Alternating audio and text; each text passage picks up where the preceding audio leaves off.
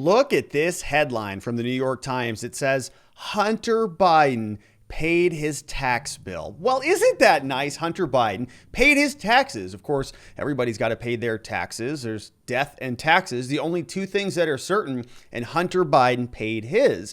And what they're not going to tell you is that the real crux of this story is that Hunter Biden's laptop, something that we talked about a lot here, was proven to be authenticated by the very New York Times. And so they're going to tuck that in at the back end of this headline just a little bit. They're going to say, even though Hunter Biden paid his tax bill like a good, honorable citizen, they say a broad federal investigation continues. And it's very broad. It's not specific. And there's really nothing here to even worry about. But they're just letting you know that Hunter paid his taxes. So they know what they're doing over there at the New York Times. Let's see who did this. Katie Benner, we have Kenneth Vogel, and we have Michael Schmidt. All got together and they said, how can we create one of these headlines that just really hammers the point home in a way that concocts a story that supports our political ideology? And they did that right here. They give us a little bit of a subtext. They say this Justice Department inquiry into the business dealings of the president's son has remained active, with a grand jury seeking information about payments from around the world.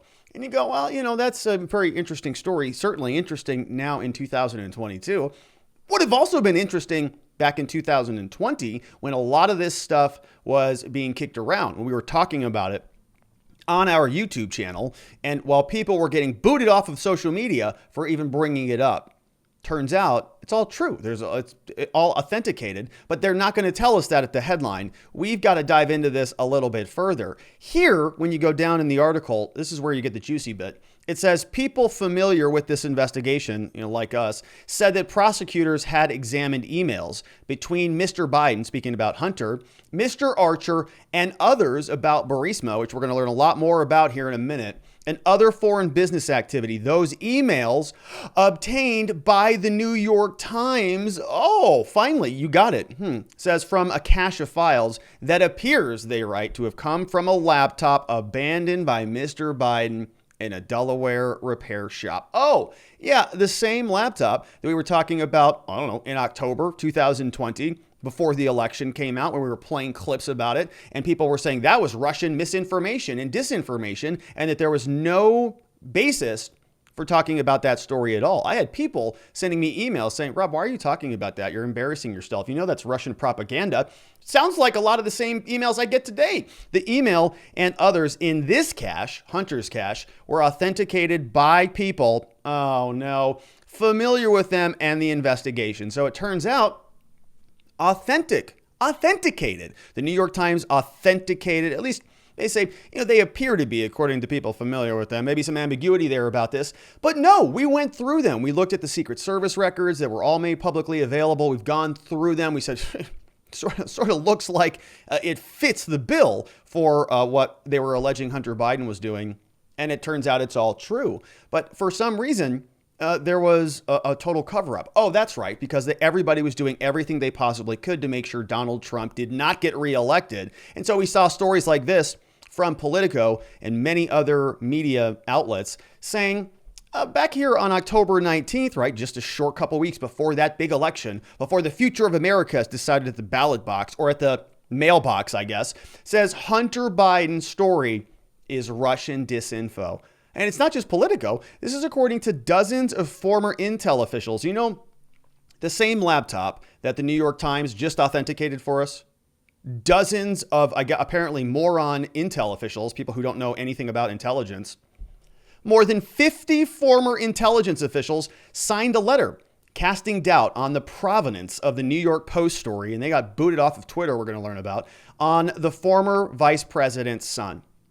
So 50 dummies who called themselves intelligence officials who couldn't see that it was not Russian disinfo because it was just authenticated by the New York Times. But back then in October, a short couple weeks before the election, we saw this story spread all over the place. Politico reported more than 50 former senior intelligence officials have signed on to a letter saying that the recent disclosure of emails allegedly belonging to Joe Biden's son, quote, and brace yourselves for this in the middle of the Russia-Ukraine conversation here. They said back then that this has, quote, all the classic earmarks of a Russian information operation. So they're just regurgitating the same storyline from a prior season today. We know that here, back in prior to the election, when they were running in 2020, we saw this story, October 19th, 2020. We fast forward. We're now in 2022, and we're seeing the same thing. Oh, it's just Russian propaganda. Everywhere you turn, everything you see is Russian propaganda. Back then, they say the letter signed on Monday centers on around a batch of documents that apparently came from this laptop. And they say, you know where this came from? Rudy Giuliani hard drive. And so they say there's no basis for this at all. They say, while the letter's signatories presented no new evidence because they didn't have any, they said that their national security experience, very sophisticated, made them, quote, deeply suspicious that the Russian government played a significant role in this case. It's those Russians again, everywhere you look. They cited several elements of the story that suggested the Kremlin's hand was at work. So it must have been Putin again, literally. Before they were even in office, they were already blaming Putin. Now they're blaming Putin for everything: inflation, gas prices, Joe Biden not being able to remember a sentence anytime he speaks. It's all Putin's fault. And now we can see that this has actually been authenticated, but not without the consequences that were already imposed after this story, after the media sort of a whitewashing order came down. The social media companies got to work. Twitter banned the New York Post, who first reported on this, at least to my recollection. First reported on this, they posted on Twitter, it's election season. And so what does Twitter do to make sure that they circle the wagons to protect their candidate? They make sure that it is censored. It is eliminated. They go through their terms of service and they say, oh, here's a problem. Oh, here's a problem. And they're going to get rid of that. However, ask yourself, if this was a story that went against Donald Trump of a similar variety, would they have banned it? Of course not. Here you see, Business Insider reported this back on October 14th, says that Twitter says it banned the New York Post articles about Hunter Biden for violating its policies about doxing and sharing hacked materials. Oh. So they said, that's back was when Jack Dorsey was there, says that Twitter barred users from sharing two controversial New York Post articles, saying they violated their policies against sharing hacked materials. It was only in the middle of an election season, only involving the future president's son. They've got a policy against, doxing people. All right. We don't want to incentivize hacking, they wrote. The safety team wrote that. Jack Dorsey said, our communication about this was not great. Probably should have provided some context, and otherwise that was unacceptable. But why did they do this? Well, it's because they were piggybacking off of that prior article that we just discussed previously. Twitter took those actions to limit the reach of those articles after questions arose about their veracity because of their dubious sourcing and concerns that it might be a part of, there it is again, the disinformation campaign. And we had 50, so-called intelligence officials who obviously don't know anything, who were out there saying, this is all Russian. I can feel it. I can smell it. I've been, smelling myself in my office in a corner somewhere, writing policy papers, wrecking the world, and I can just feel it in my bones. Turns out, no, it's not Russian disinformation at all. It's true. New York Times authenticated it. Not that that means anything. I mean, we all knew it was true anyways, but I guess the reason it matters, it's because, your own side, I guess, has authenticated it. But the entire blackout of this story continued. We remembered that back on October 22nd, again, a couple short weeks before the election took place, NPR was slammed for dismissing coverage of the Hunter Biden laptop scandal as just a waste of time. That's all. Nothing even to bother about. I mean, it's not even an interesting story, really. They said that, quote, this was a politically driven event and we decided to treat it that way. Okay, so yes, it's a political story because it involves a political candidate's son. Maybe involved in all sorts of criminality that jeopardize national security, that cause all sorts of consequences for the entire world. We have here somebody over there named McBride. I think McBride claimed that there were, quote, many, many red flags in that New York Post investigation. One of the red flags was that it made her candidate look bad. And intelligence officials have warned that Russia has been, quote, working overtime. Russia working overtime to keep the story in the news. You go, what are these lunatics talking about? We went through it. What we could. A lot of it you couldn't even show here on anywhere, on any of the social media companies, unless, you want to get in serious trouble, which would cause one to ask, why isn't Hunter Biden in serious trouble? Good question. Even if Russia can't be positively connected to this information, the story of how Trump associates Steve Bannon and Giuliani came into a copy has not been verified, she writes, and it seems suspect. And if that story could be verified, New York Post, they say, did no forensic work to convince anybody that it's true. But the biggest reason you haven't heard much about this on NPR is that the assertions don't amount to much. You have seen the photographs and some of the allegations that came out from the laptop, and they're troubling indeed, which is why everybody was working in overtime to make sure that nobody heard about it. They were even banning people from Twitter who were sharing the story. The New York Post, gone. But after the election, after Joe Biden won and Donald Trump was no longer in office, wrecking the world according to them, suddenly it became okay to talk about. We go back to the New York Times and here's what we saw. Oh, look how convenient this is. We've got on December 9, 2020, we get a story from these people. And it's some of the same people you saw from this article that came out today. We have, of course, Benner and Vogel. They were in the first story and they're back again. They're going to give us an update. Oh, but this is back from December 9th. So they've been following this for some time. Right after the election, what do they say? December 9th, November, we have the election. December 9th, what happens? Oh, they say, we got a new article. We got to update you, America. Justice Department happens to be investigating the tax affairs of President-elect. And they're just like, oh, gosh, we're so happy we can write that now. Joe Biden, his son Hunter, he disclosed in a statement on Wednesday. And Hunter came out, takes that cigarette out of his mouth, comes out and says, Dear America, quote, I learned yesterday, he says, I learned yesterday for the first time. I learned yesterday for the first time, I swear it, just yesterday. I mean, I know the election was in November, but like I just learned it. I had no idea what was coming. I learned for the first time that the U.S. Attorney's Office in Delaware advised my legal counsel also yesterday, just yesterday. So if you're wondering why I didn't tell you about this earlier, I literally just learned about it. Cut me some slack. He says, I take this matter very seriously, but I'm confident that a professional and objective review of my affairs are going to make sure that I'm in compliance with the law. Yeah, very convenient. So the New York Times then, after the election's over, the dam burst, they say, well, we better tell everybody about this now. They did. And Hunter is just like, whoa, shocked. I just learned about all this. I had no idea that I was violating tax law for the last 2 decades while my daddy was VP. Oh, interesting. Now I figured it out. I better tell the rest of America. So where does this all come from? We see here, this was one of the subpoenas that we saw go out. We talked about this previously on our channel, saying here that this was an attachment that came out and identified several people. We've got Hunter Biden. You can see him there. And this is the individual listed right here. Individual names. This is going over to the JP Morgan Chase subpoena processing, saying we got questions about this corresponding bank, along with Bank of China. We want to hear from Hunter Biden. We want to hear from James Biden. We want to hear from Devin Archer, who is that guy. And then Eric Sherwin is this guy down here at the bottom. So we've got these 4 fellows who are all listed here as sort of subjects of the subpoena. But then we also see they've got a list of all these subsidiary companies. And what they were doing is creating all these sort of holding shell companies in order to funnel assets all over the place.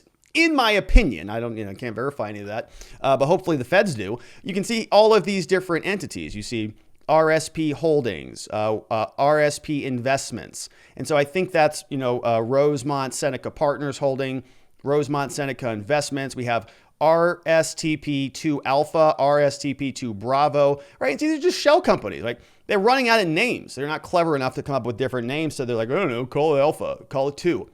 We have 1. Can you call it 2? Call it 2. We got to make another one. Well, call it Alpha. Well, and then Bravo. And then you can see very dull-witted, many of them. We have Seneca Global Advisors. We've got Rosemont Seneca, and then many others. But the big one that really stands out, of course, is this one. Burisma Holdings. That's a big organization. We've heard a lot about Burisma, but do we really know what the facts are surrounding this organization? What is it in the first place? Well, it turns out it's a holding company. You can see this is what it's for. It's for energy exploration, and it holds production companies. It holds basically a group of companies that will then go out and do their individual duties. Here you can see that Burisma Holdings operated in the Ukrainian natural gas market since 2002. Whoa, well, this is very relevant, very pertinent to what we're talking about these days. So you're saying the Justice Department filed a subpoena over to JP Morgan Chase. They want to hear from Hunter and James Biden. One of their organizations that they're sort of correlated with is Burisma Holdings. Burisma Holdings is based out of Ukraine, been there since 2002. Interesting. Owned by a Ukrainian oligarch over there as well. And its subsidiaries include all of these different organizations. Okay, big group of companies. It sort of owns, it's a holding group that owns a bunch of smaller companies. And it needs to be managed by a group of people. Who's on that team? We have this fella. This guy is Taras somebody or other. He's chief executive officer of Burisma Holdings. And we'll skip over everybody, like the former president of Poland who joined on the board. A lot of other names you're probably not going to remember or know too much about. But we get to somebody very interesting here. We get in 2017, we get Joseph Coffer Black. He's former director of the Counterterrorism Center and of the CIA. Oh, so you get a former CIA spook in there in the George W. Bush administration and former ambassador large of counterterrorism. Joins the board there in Ukraine. Then we have the daughter also appointed in February. But then, something very interesting happens because we go back to April 2014. Who's in office there in the White House there? Oh, yeah, Obama and Vice President Biden. Yeah, there. So we get Devin Archer, former senior advisor to John Kerry. And then we get, look who this person is. Hunter Biden. He's an attorney and he's the son of the then U.S. President Joe Biden. Guess what? They joined the board of Burisma. And you go, well, that's weird. What did Hunter Biden have anything to do with natural gas and holding companies in Ukraine? Has he ever worked for the CIA or done anything? I don't think so, but he's on the board. And I want to pay close attention to this point. I don't want to gloss over this. Hunter Biden joined the board of this company, Burisma Holdings. The board. Does that matter? Is it a big company or a small company? What is it? Well, we're going to figure that out. Archer left the company in 2018. Hunter Biden left in 2019 when his term as a director expired. Board of directors. Okay, he's on the same organization with other people who are on the board. Former CIA director, counterterrorism, former president of Poland joined the board. And then we have Hunter Biden. Now, you might be saying, Rob, look, it's Ukraine. It's just a tiny little company. It's Burisma. It's a holding company. They do natural gas all over the place. So who cares, right? Who cares if he's on the board? I've been on a board before at my council meeting, and it's not that big of a deal, Rob. Maybe that's true. But I asked myself, how big is Burisma? What kind of organization is this thing? And it's not inconsequential. Certainly seems that there's some heft there. It says Burisma Holdings doesn't disclose its financial results, which is very convenient feature if you need a place to launder a bunch of money for the vice president's son. You can just kind of shove him over there and kind of do whatever you want with the money, the revenue. Nobody has to report anything to anybody because it just doesn't disclose. It's just our policy. Well, that's nice. It says here, it has been calculated, though, that based on the minimal natural gas price, that the company's revenue in 2018 may have totaled at least $400 million, which is not inconsequential. So it is kind of a big deal. You can see there's a lot of money passing through here. Easy to skim a little bit right off the top. And since you don't have to report anything to anybody, who's looking? Who's counting? So we go back to the article that came out today from the New York Times that is actually authenticating what we all already knew to be true. You see here, we get some more details about what they're saying is true now that apparently they acknowledge it. They write that what they've reviewed in some of the emails, Mr. Biden, speaking about Hunter here, displayed a familiarity with FARA, which is the Foreign Agents Registration Act, and a desire to avoid triggering it, right? Doesn't want to break any of the rules. So how can we avoid the rules? By doing things under the radar. In one email to Mr. Archer back in April, Biden outlined his vision for working with Burisma.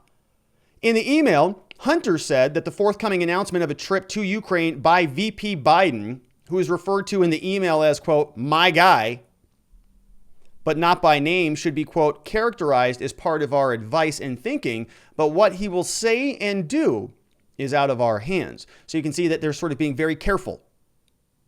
We're going to bring him over there, but once he's there, it's just up to you to deal with him after that fact. The announcement, he says, quote, could be a really good thing or could end up creating too great an expectation. You know, if we bring the vice president over there and he doesn't do what kind of they want, maybe we misset expectations. He says we need to temper expectations regarding that visit. So he's sort of playing like a secretary for his daddy. You can see this carries on, says, in some of the emails, it writes, in the same April 2014 email, Hunter Biden indicated that Burisma's officials, quote, need to know in no uncertain terms that we will not and cannot intervene directly with domestic policymakers and that we need to abide by FARA and other U.S. laws in the strictest sense across the board. Do you see this quote here? Now, they're going to authenticate the emails. Now, we've gone through many of the other emails, and we're not going to do it again here. You can check out any of those videos. They're all, linked on our channel. But here you can see they're going to take a very, very nice quote from Hunter where he's saying, I want to be crystal clear that we're not breaking the law. And then he goes and breaks the law, right? This is sort of how this goes. I better put this in writing. I want to make sure that we're not breaking the law. Are you breaking the law? Okay, yeah, just keep going. Hold on one second. Let me make notes. We are not currently breaking the law because that's illegal. And my daddy is the vice president, so we don't do anything illegal. All right, so put that in an email. All right. But we're still going to go work for Burisma, where I got no experience at all and where they don't disclose their financial records. So as long as it's in writing, we're good.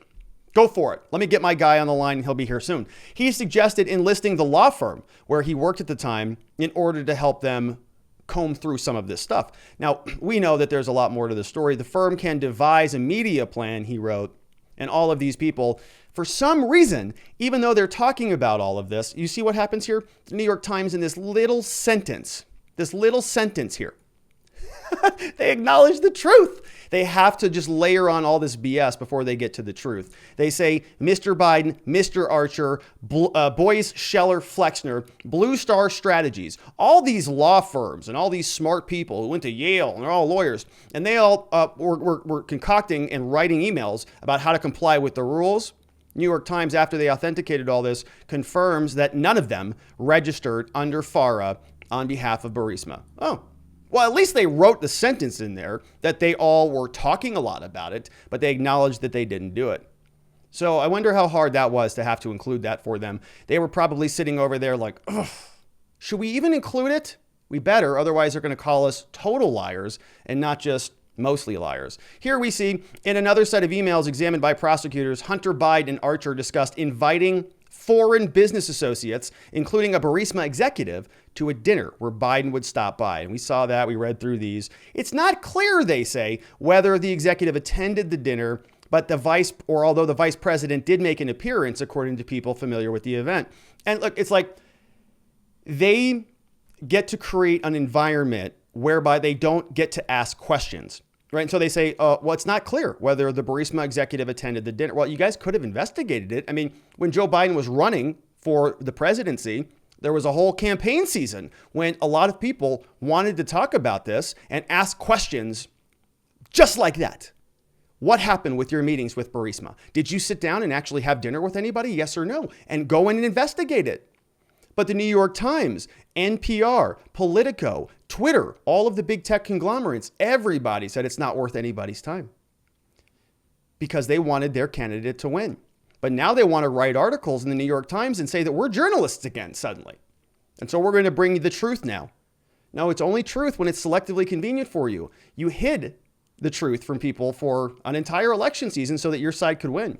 It's very disgusting behavior and I would say incredibly unethical, but I guess I'm not a journalist for good reason. We see here prosecutors also subpoenaed records related to a lawsuit brought by the former employee of Mr. Biden, somebody named Luden Alexis Roberts. Roberts sued Biden for child support and paternity in 2019. So he's also father of the year after one of his companies ceased paying her and providing her with health insurance.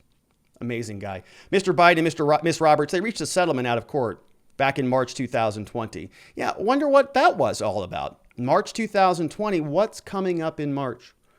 Oh yeah, November, an election. Oh yeah, I got to get that stuff cleared up right before it all unfolds. So the New York Times is now, I guess, sort of airing out their dirty laundry, the stuff that they've had in the back of their closet for a long time that they knew was true, but that they lied about. Everything that we were talking about in the months leading up to the election has now been authenticated, not by some right-winger crazy person, conspiracy theorist, by the New York Times. But it's not a surprise. We knew that they knew about it, but they had a political goal here. They pretend to be objective journalists who are spreading the truth and keeping us all informed when really they're just feeding us garbage that they think is going to serve their interests, not ours. So what do you think about Hunter Biden? Do you think that anything is actually going to come of this since he is now being, quote unquote, investigated by the Department of Justice? I think criminal charges are coming down the pike. Do you think that any of those failures to register are going to result in any criminal charges? Not so sure about it. It's pretty good to have daddy in the vice presidency while you're ripping the country off, and then in the presidency when it's time for you to be charged. We'll see if anything comes of it. Let me know what you think about this down in the comments below. I would love it, love it, love it if you subscribed or followed us wherever it is you're watching this before you got out of here so that you can see us on the next one, because I look forward to seeing you there.